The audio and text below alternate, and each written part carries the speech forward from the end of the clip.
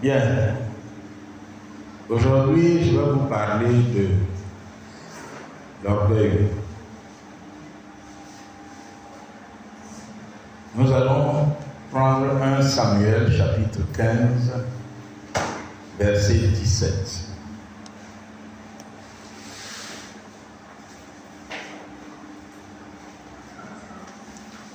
C'est dans l'Ancien Testament.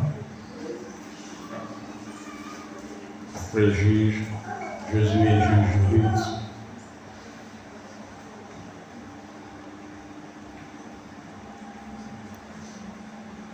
Un Samuel chapitre 15, verset 17 nous dit ceci.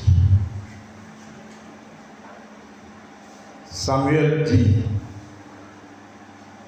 il parlait donc à Saül, lorsque tu étais petit à tes yeux, n'es-tu pas devenu le chef des tribus d'Israël? Et l'Éternel ne t'a-t-il pas oint pour que tu sois roi sur Israël? Nous allons lire Proverbe 29, verset 23.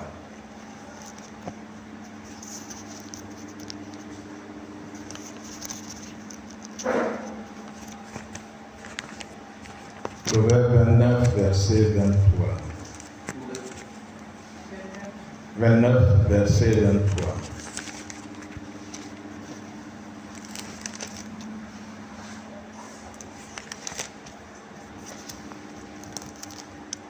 Il dit, l'orgueil d'un homme l'abaisse, mais celui qui est humble d'esprit obtient la gloire.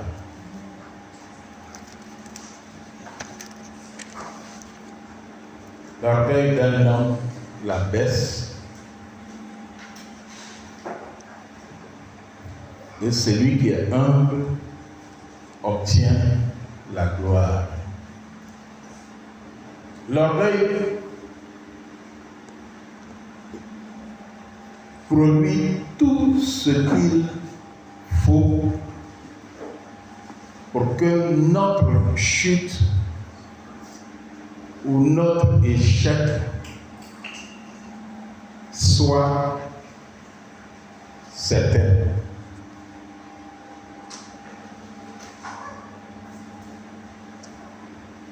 Lorsque tu es orgueilleux, tu veux pas, tu vas redescendre. Tu vas perdre ta position.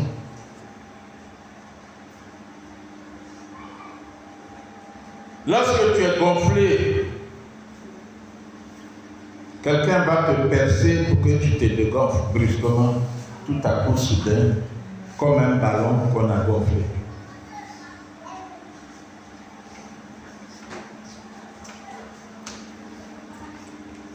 Ésaïe chapitre 2, versets 11 à 12. Ésaïe chapitre 2, versets 11 à 12.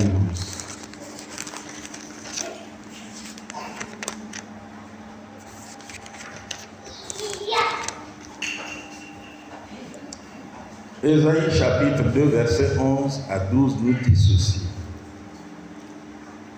L'homme au regard hautain sera abaissé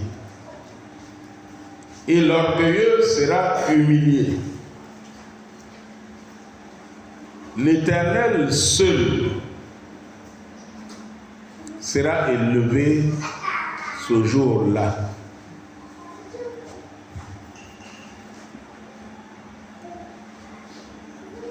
Si tu es orgueilleux, en général, tu penses que tu es supérieur aux autres. Tu penses que tu es meilleur que les autres. Tu penses même que tu es meilleur que ton patron. Tu penses que tu es meilleur que ton professeur, que ton maître.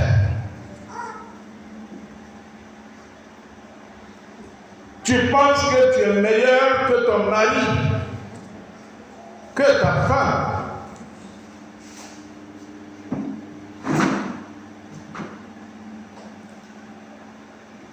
Je voudrais inviter tous les orgueilleux qui sont dans la salle à lever la main.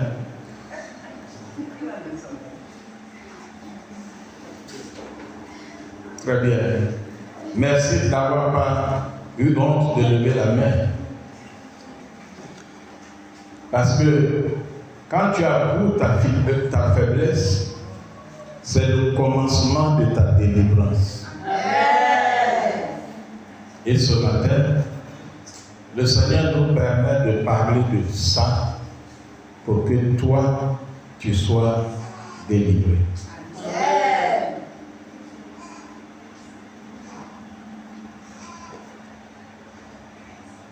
Il y a des foyers dans lesquels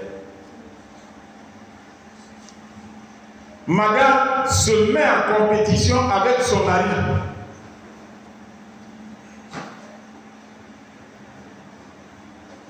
Quand monsieur parle, madame vient dire le contraire. Il y a des foyers où monsieur est conscient que sa femme sait mieux que lui dans un domaine donné.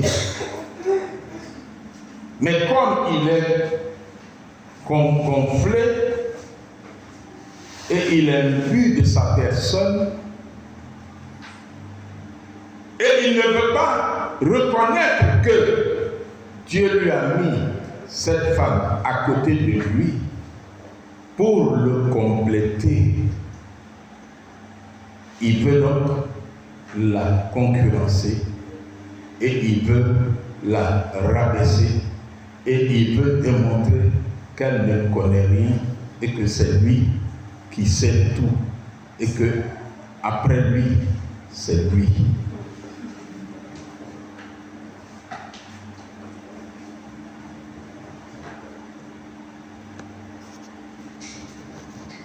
L'orgueilleux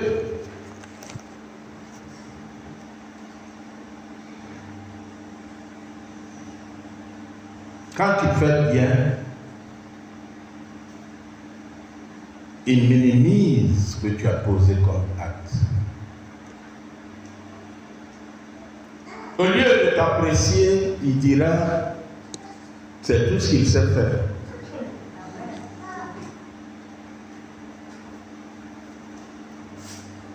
Il fait ça et il pense qu'il est le meilleur. Donc, son langage montre qu'il est orgueilleux.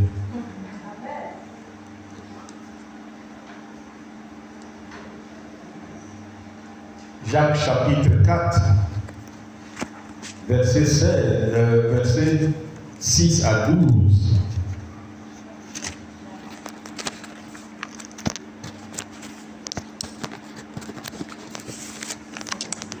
Jacques chapitre 4,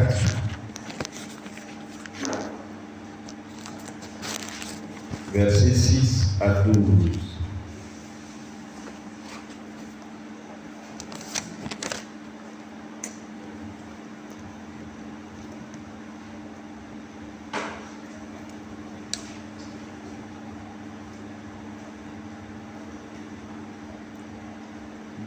Je commence un peu plus haut. Dieu chérit l'esprit qu'il a fait habiter en nous. Il accorde au contraire une grâce plus excellente. C'est pourquoi l'Écriture dit, Dieu résiste aux orgueilleux, mais il fait grâce aux humbles. Soumettez-vous donc à Dieu. Résistez au diable et il fuira loin de vous. Approchez-vous de Dieu et il s'approchera de vous. Nettoyez vos mains, pécheurs, purifiez vos cœurs, hommes irrésolus, sans Sentez-vous misère, sentez votre misère. Soyez dans le deuil et dans les larmes. Que votre rire se change en deuil et votre joie en tristesse. Humiliez-vous devant le Seigneur et il vous élèvera. Mes chers amis, chers frères et sœurs,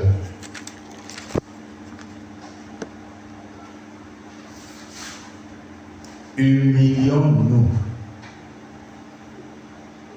et Dieu nous élèvera. Quand tu es gonflé, Dieu te dégonfle. C'est ce que tous ces passages qu'on a lu disent. Tu veux pas, tu seras dégonflé.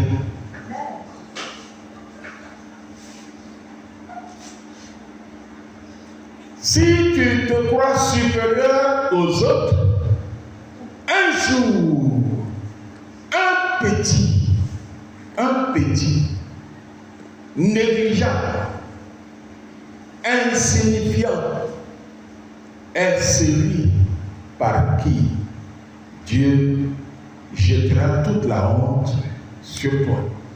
Et tu réaliseras que dans la réalité, tu n'avais pas besoin de t'élever au-dessus des autres. Voilà Goliath. Goliath, grand homme, bien armé, bien protégé. Qui l'a dégonflé? Un petit berger. Sans l'armure, sans les armes que Saül lui a donné. Mais avec un petit instrument qu'il prend pour chasser les oiseaux et chasser les animaux féroces qui viennent attaquer leurs troupeaux. Petit David. Il a descendu Goliath.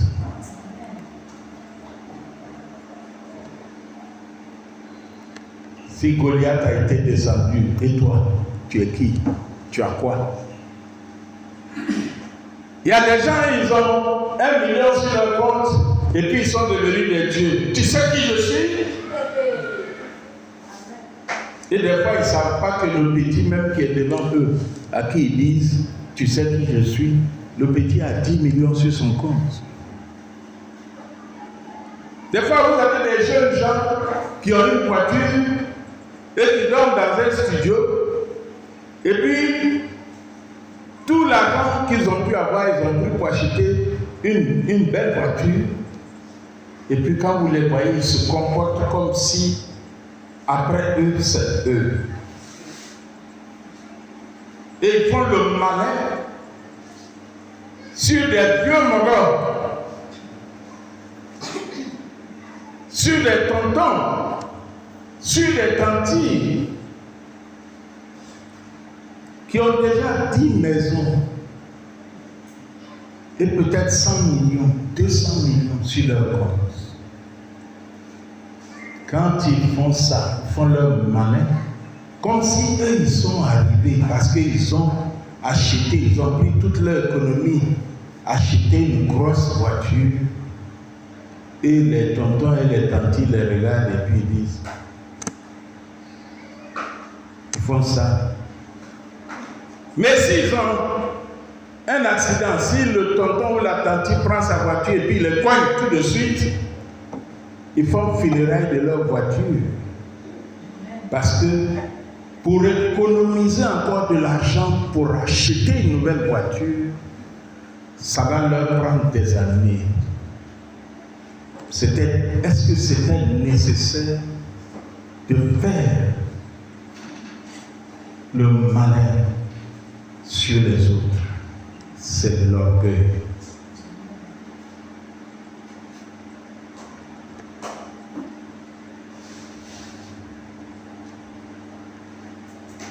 Si Si tonton t'a prêté sa voiture, ou bien il t'a envoyé, et c'est une belle voiture, reste humble au volant de sa voiture. Parce que si tu veux faire démonstration de puissance pour dire que oui, tu conduis la voiture du boss, la voiture d'un tonton très riche. Si un oiseau vient passer devant toi et que tu fais une sortie de route,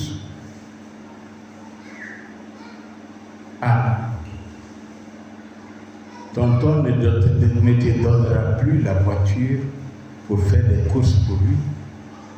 Tu deviens monsieur tout le monde. Et donc, il faut rester humble, même si tu as eu la voiture du tonton le plus riche d'Abidjan.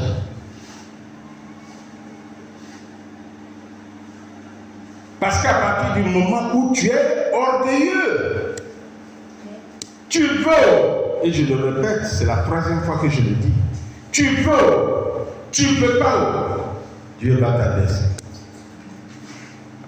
Donc ne pense pas que quand tu es orgueilleux, tu resteras dans cette condition à vie. Les Anglais disent no condition is permanent. Et ça, c'est beaucoup plus valable pour les orgueilleux. Ça veut dire simplement, il n'y a pas de condition permanente. Si ton papa t'a donné la veste, la belle veste qu'il a portée jusqu'à présent, ou si ta maman t'a donné la belle robe qu'elle a portée parce qu'elle a renouvelé sa garde-robe, et que tu arrives dans un milieu où les gens ne portent pas de très belles robes, ou des robes, ou des vestes très chères, reste humble.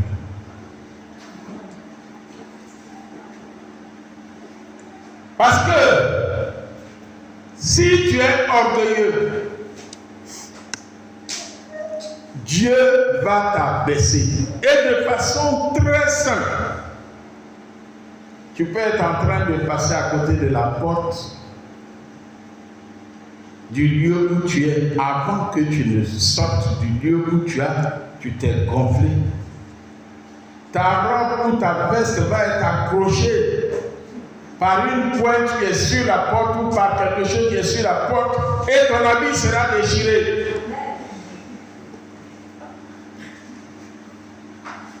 Et tu vas t'énerver parce que c'est la seule robe ou la seule veste que tu as qui est aussi beau. Dieu t'a abaissé. Je viens de finir le point qui dit Dieu abaisse celui qui est orgueilleux. Nous passons au deuxième point. Dieu élève celui qui est humble. Et nous pouvons lire 1 Samuel chapitre 23, versets 16 à 17.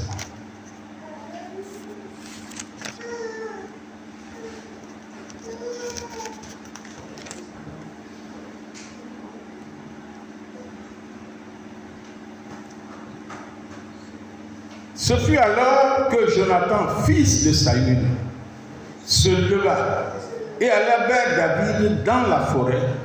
Il fortifia sa confiance en Dieu et lui dit: ne crains rien, car la main de Saül, mon père, ne t'atteindra pas. Tu régneras sur Israël et moi, je serai au second rang près de toi. Saül, mon père, le sait bien. Le premier verset qu'on a lu, c'est Samuel qui est venu, qui a dit à Saül que quand tu te sentais petit, Dieu t'a rendu grand. Quand tu étais humble,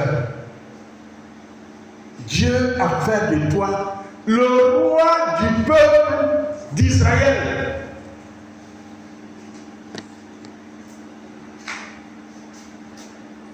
Et comme tu vois maintenant, tu as plein pouvoir, tu es le roi. Même quand Dieu parle, tu refuses de faire ce que Dieu t'a dit. Tu fais ce que tu veux faire. Alors désormais, Dieu a enlevé son regard sur toi. Tu ne seras plus roi parce que tu es devenu orgueilleux. Et c'est ce qui arrive à certains. Quand ils deviennent grands, ou bien ils sentent que le patron a plus confiance en eux, ils pensent qu'ils sont devenus indispensables. Et quand le patron parle, ils se comportent comme si ils connaissent mieux que le patron.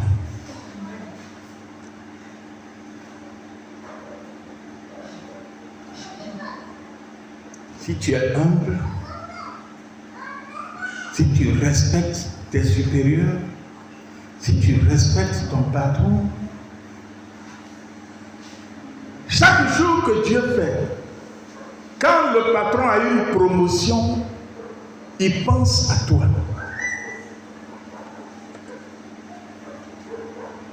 Saül s'est gonflé. Je suis le roi. Après moi, c'est moi. Oh, Dieu nous perd le temps. Qu'est-ce qu'il dit de faire là? Non, on va laisser ce que Dieu a fait. Les gars, allons-y, faisons ce que je vous dis de faire.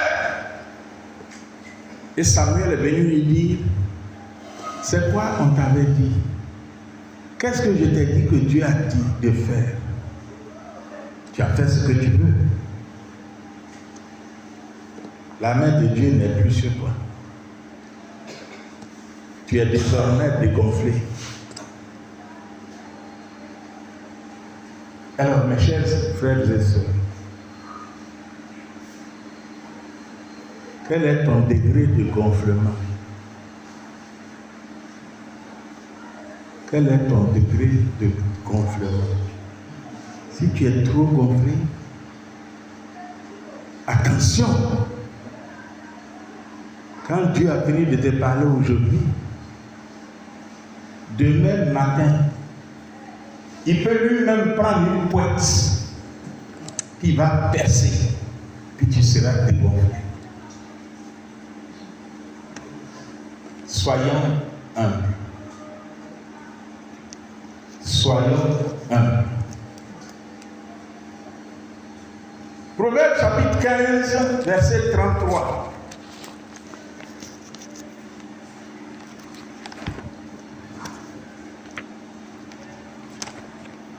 Proverbe 15, 33.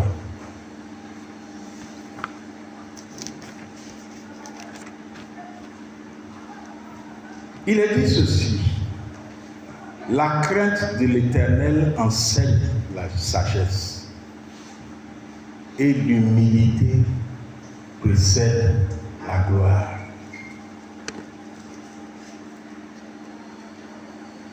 Tu veux grandir là où tu es, sois humble.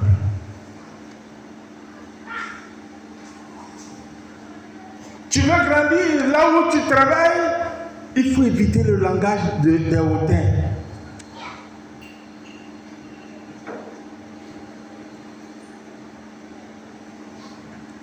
Tu veux devenir quelqu'un là où tu es, doucement.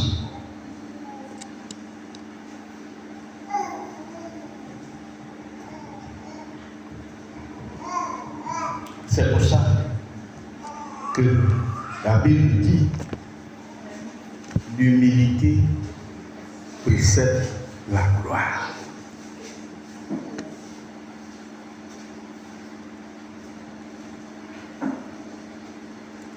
Tu as un patron, ne le néglige jamais.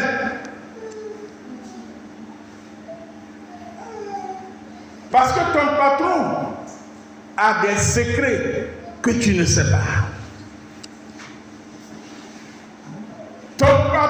connaît tes points forts et tes points faibles.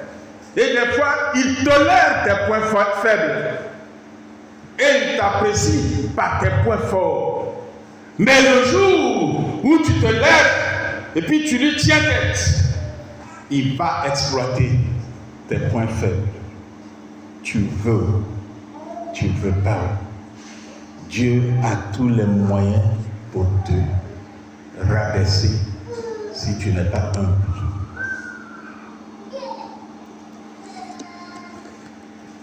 Et c'est ce que Saül a fait. Lui, il pensait que parce que Dieu l'a fait, ouais, par Samuel, il est devenu roi. Dieu ne peut pas décider de enlever l'onction. Mais Dieu a vu qu'il est trop gonflé maintenant, qu'il est devenu grand. Et Dieu a enlevé l'onction. Il lui a dit, la main de l'Éternel ne sera plus sur toi. C'est parti. Respecte ton mari. Respecte ta femme. Respecte ton papa. Respecte ton maître. Respecte qui que ce soit qui soit ton supérieur. Le troisième point, la réussite ne doit pas conduire à l'orgueil.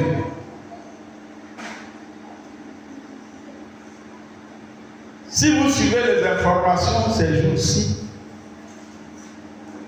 en Russie, il y a un monsieur qui est mort dans un avion. Vous êtes au courant? On dit que c'est le patron de Wagner, un groupe militaire que certains appellent des mercenaires. Mais qu'est-ce qui s'est passé? C'était quelqu'un qui était très apprécié dans son pays et qui est apprécié par le président de la Russie.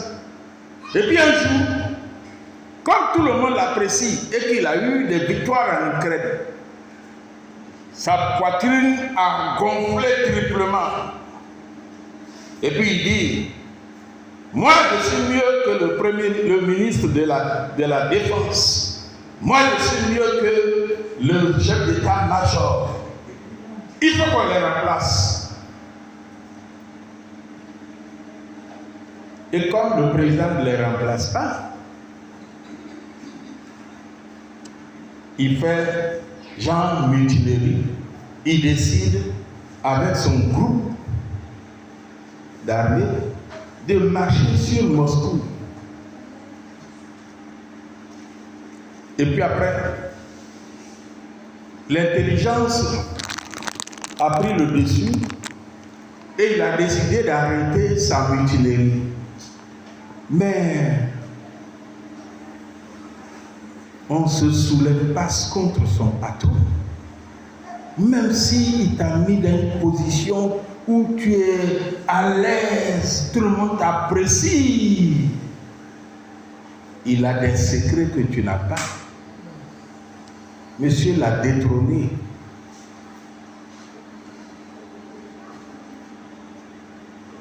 Il a fait fermer tous les bureaux de Wagner dans leur pays, en Russie. Le siège, il a fait fermer. Il a enlevé le nom de Wagner sur le siège. Il ne faut jamais te soulever contre ton patron. Il faut rester humble. Même si le patron t'a donné plein pouvoir.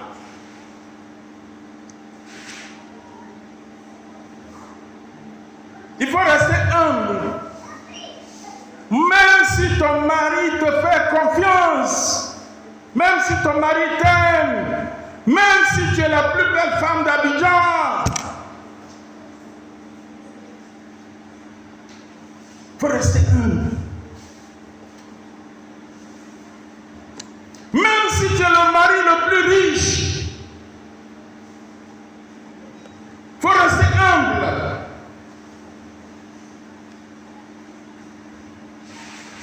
Je connais l'histoire d'un monsieur trop riche.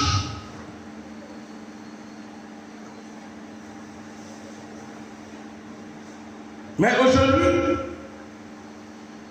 on peut dire que le monsieur est devenu le plus pauvre.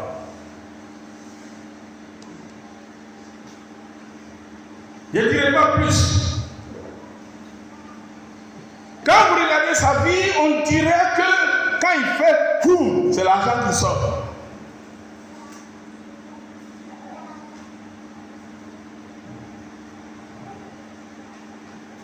Mais aujourd'hui, plus rien. Plus rien. Plus rien.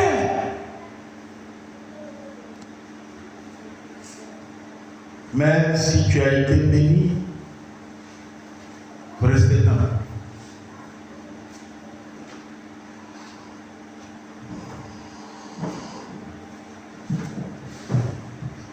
Même si tu as été béni, que tu as beaucoup, tu ne dois plus faire, tu ne dois pas venir faire le bouton sur ta femme. Parce que tu es béni. Et tu oublies que des fois, c'est grâce à la femme que Dieu a mis à côté de toi que tu as reçu la bénédiction. Les gens ne pensent pas à ça souvent.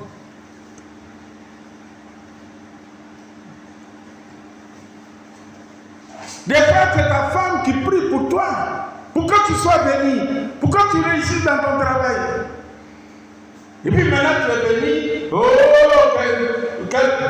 il y a mieux que toi habitant ici.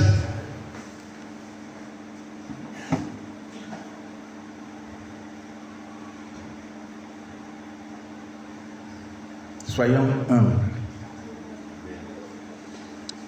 Tu es élève, tu es premier de ta classe, tu es étudiant, tu es le meilleur étudiant, tu as eu des distinctions même. Et puis tu es à la maison, tu réfléchis comment tu peux caler le professeur, on appelle ça orgueil. Tu t'en vas chercher dans les bouquins des informations sur la leçon, et puis tu viens poser question piège au professeur. C'est de l'orgueil. Le professeur, même s'il ne dit rien, il t'a remarqué. On dit celui-là, il n'est pas humble. Et puis il va te guetter. Et puis un jour, il va trouver ton point faible. Puis il va percer le ballon.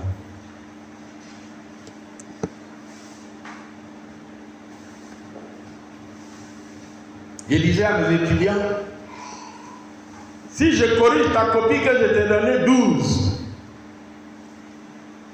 des fois, tu ne mérites même pas 12. Des fois, tu mérites peut-être 9. Pourquoi? Parce que j'ai regardé le résultat et je n'ai pas tenu compte de tes fautes d'orthographe, des abréviations que tu as mises sur ta copie, etc., etc. Mais si tu viens, puis tu dis, professeur, vous avez mal corrigé ma copie avec un langage inapproprié, j'ai dit, d'accord, donne-moi, je vais regarder. Puis je regarde, je recorrige avec toutes les fautes de français qui sont dedans. Puis je te donne 9. Va voir qui tu veux. Soyons humbles. Si tu es travailleur, je vous en supplie. Tu es ministre, je vous demande pardon. Tu es premier ministre, je te demande pardon. Il faut rester humble.